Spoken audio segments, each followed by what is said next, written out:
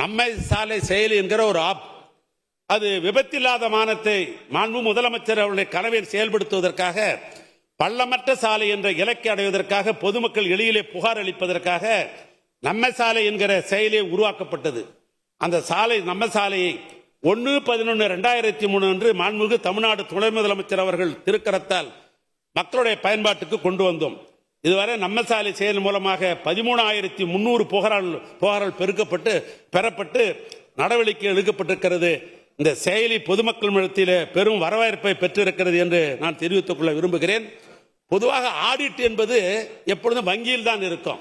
ஆனால் மாண்பு முதலமைச்சர் சொன்னார்கள், நெடுஞ்சாலைத்துறை என்று சொன்னாலே அங்கு இங்கு ஏதாவது புகார் பத்திரிகை வரத்தான் செய்கிறது.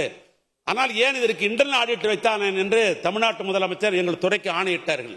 அந்த வகையில் 2022 ஏப்ரல் மாதத்தில் இன்டர்னல் ஆடிட் என்பதற்கு ஒரு ஆணை பிறப்பித்தார்கள்.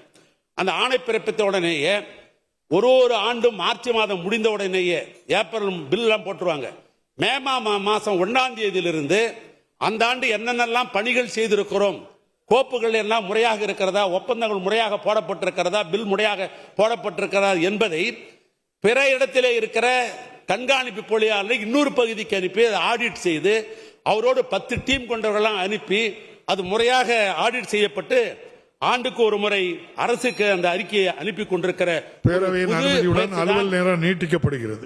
புது முயற்சி தான் இவைகள். செய்திகளை உடனுக்குடன் தெரிந்து கொள்ள உடனே சப்ஸ்கிரைப் பண்ணுங்க.